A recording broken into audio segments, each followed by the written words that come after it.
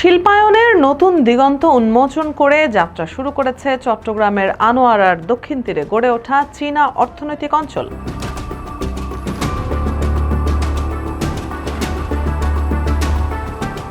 কিন্তু এই ঝকঝকে উন্নয়ন আর ইকোনমিক জোনের খবরের ঠিক আড়ালেই ঢেকে আছে আরেক রূঢ় বাস্তবতা।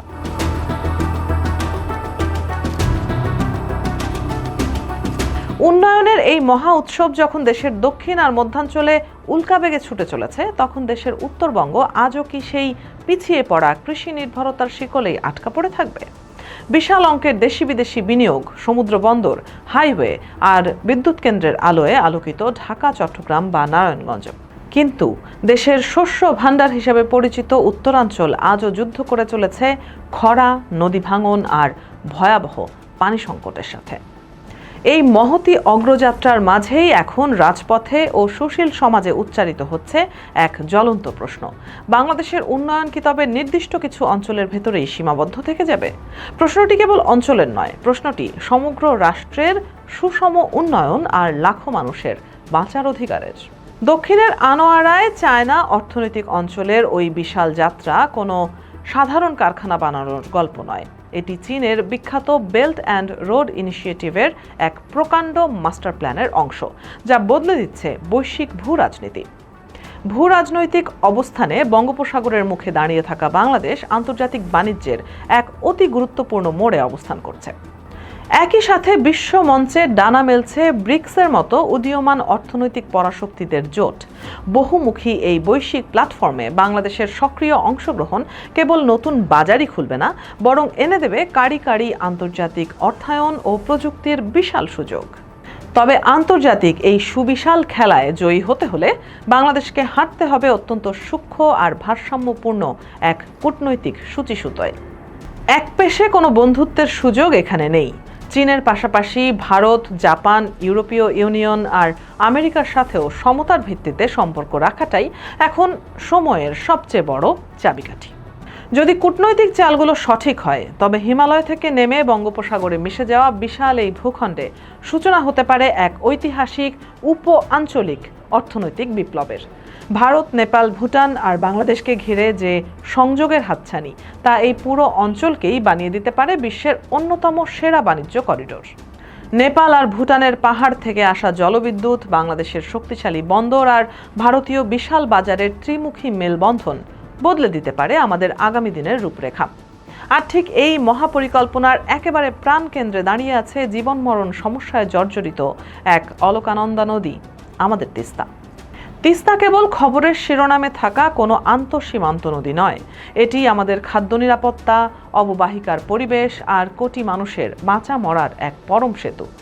আন্তর্জাতিক এই পানির রাজনীতি আর ভৌগোলিক গুরুত্বের মাঝে তিস্তা অববাহিকার বহুপাক্ষিক সঠিক রূপরেখাই হতে পারে এই অঞ্চলের অর্থনীতির নতুন লাইফলাইন। ঠিক এই কারণেই আজ সময়ের পরিক্রমায় জাতীয় দাবিতে পরিণত হয়েছে বহু প্রতীক্ষিত তিস্তা মহাপরিকল্পনা।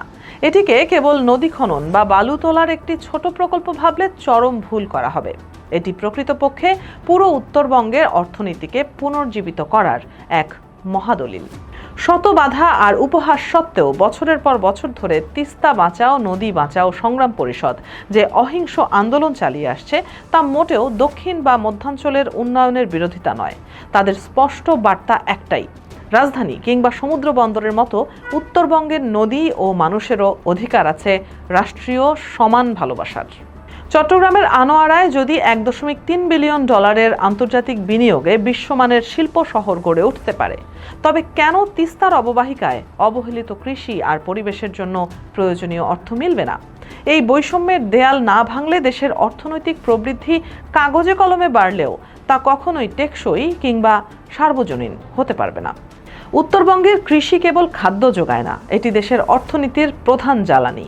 আর সেই কৃষি উৎপাদনকে বাঁচাতে হলে প্রয়োজন আধুনিক কৃষিভিত্তিক শিল্প, বিশাল কোল্ড চেইন নেটওয়ার্ক আর সীমান্তে বাণিজ্যের নতুন অবকাঠামো। কিন্তু আমাদের মনে রাখতে হবে, কেবল ইট পাথরের দালান আর ধোঁয়া ওঠা কারখানাই প্রকৃত উন্নয়ন নয়। নদী আর পরিবেশকে বলির পাঠা বানিয়ে যে উন্নয়ন, তা শেষ পর্যন্ত ডেকে আনে মহাবিপর্যয়। চট্টগ্রামের কর্ণফুলী নদী যেমন দক্ষিণের প্রাণ, তেমনি তিস্তা নদী উত্তরাঞ্চলের শিরা উপশিরায় ছড়িয়ে থাকা রক্তধারা। তাই যে কোনো মেগা প্রকল্প বাস্তবায়নের ক্ষেত্রে আন্তর্জাতিক পরিবেশ মান রক্ষা, আধুনিক বর্জ্য ব্যবস্থাপনা আর সবুজ প্রযুক্তির ছোঁয়া রাখা বাধ্যতামূলক করতেই হবে। প্রকৃতির সাথে যুদ্ধ করে কোনো রাষ্ট্র কোনোদিন দীর্ঘমেয়াদে টিকে থাকতে পারেনি, আর পারবেও না। আজকের এই প্রতিযোগিতামূলক বিশ্বে বিজয়ী হয় তারাই যারা লজিস্টিক্স, প্রযুক্তি আর আঞ্চলিক সংযোগে নিজেদের শ্রেষ্ঠত্ব প্রমাণ করতে পারে। আর বাংলাদেশ এখন ঠিক সেই সুবর্ণ সুযোগের দোরগোড়ায় দাঁড়িয়ে আছে, ইতিহাসের সবচেয়ে সুবিধাজনক অবস্থানে। তবে আন্তর্জাতিক সেই মহাকৌশল বেল্ট অ্যান্ড রোড কিংবা ব্রিক্সের সব ফল ভেস্তে যাবে যদি না দেশের ভেতরে আমরা আঞ্চলিক বৈষম্যের অবসান ঘটাতে পারি। জাতীয় রূপকল্পের মূলে থাকতে হবে এমন এক দৃষ্টিভঙ্গি যেখানে প্রতিটি জেলা আর প্রতিটি প্রান্তিক মানুষ নিজেকে উন্নয়নের ভাগিদার মনে করতে পারে। আনোয়ারার অর্থনৈতিক অঞ্চল নিঃসন্দেহে এক নতুন উজ্জ্বল ভোর নিয়ে এসেছে আমাদের শিল্পায়নের ক্যানভাসে, কিন্তু সেই ভোরের আলো ততক্ষণ পর্যন্ত অসম্পূর্ণ থেকে যাবে যতক্ষণ না তিস্তা মহাপরিকল্পনা বাস্তবায়িত হয়ে উত্তরবঙ্গের শুকনো মেঠো পথে সমৃদ্ধির জোয়ার আনছে। বাংলাদেশের ভবিষ্যৎ আটকে নেই কোনো একটা নির্দিষ্ট ফ্লাইওভার, এক্সপ্রেসওয়ে বা ইকোনমিক জোনের গণ্ডিতে। দেশের আসল শক্তি নিহিত রয়েছে এমন এক রাষ্ট্রে যেখানে শিল্প ও কৃষি, নদী ও নগর, কূটনীতি ও পরিবেশ হাত ধরাধরি করে একসাথে সামনে এগিয়ে চলে। যদি আমরা বেল্ট অ্যান্ড রোডের যোগাযোগ, ব্রিক্সের অর্থায়ন আর ভারত, নেপাল, ভুটানের আঞ্চলিক সংযোগকে তিস্তা মহাপরিকল্পনার মতো সুষম জাতীয় পরিকল্পনার সাথে গাঁথতে পারি, তবেই বাংলাদেশ সত্যিকারের দক্ষিণ এশীয় পরাশক্তিতে পরিণত হবে।